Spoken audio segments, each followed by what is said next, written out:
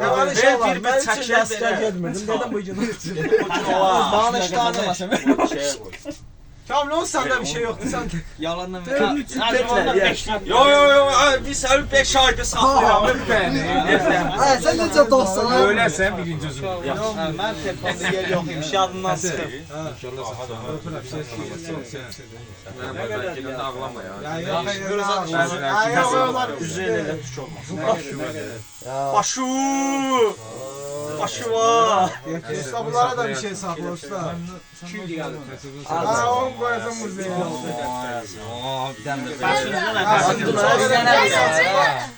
Əvvəl uşaqlara Ha uşaqlar yatdansın. Birinci uşaqlardır.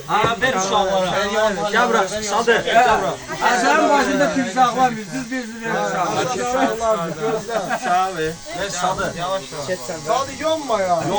Sadece girdi. Ha ver sənə, ver sənə. Ha usta. Все.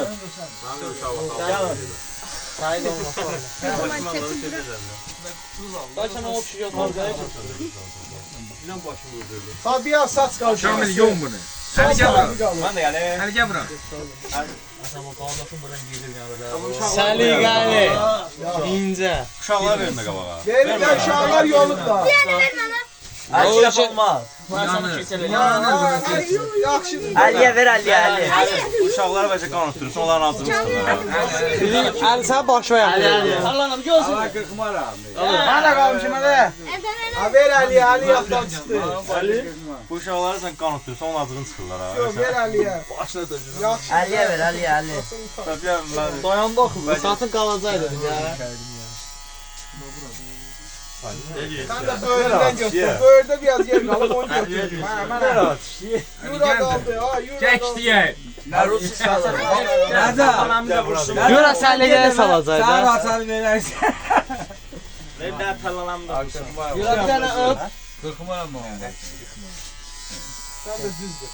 Hə, sən məsə ver. Hemen abi gel. Sağın kesir mi? Ayberli torpağın olsa diyor. Özgür Necdet abi. Bir sokma da. Kırkan olar. Her yer işiyle meşgul olsa aşık olur. Necdet abi 3 yıldır sıkıp dersen keçerleyeceğim. Öyle dedi ahır tuttu ha. Ahır bastı. Hasan dur. Kalan orada kırk Allah. Böyle erzamı sahneleri şeyler. Orada bəyənəcəklər. Her bir sıkamanı Eltun o ne? Ağlasın dersin. Ağlamayın, ağlamayın. Sən ağlama sən. Ay sağın kes. Gelmeyecek ama uğrayın bilenmedim belki. Baş verin. Biz koymalıydı mesela. Hasan sen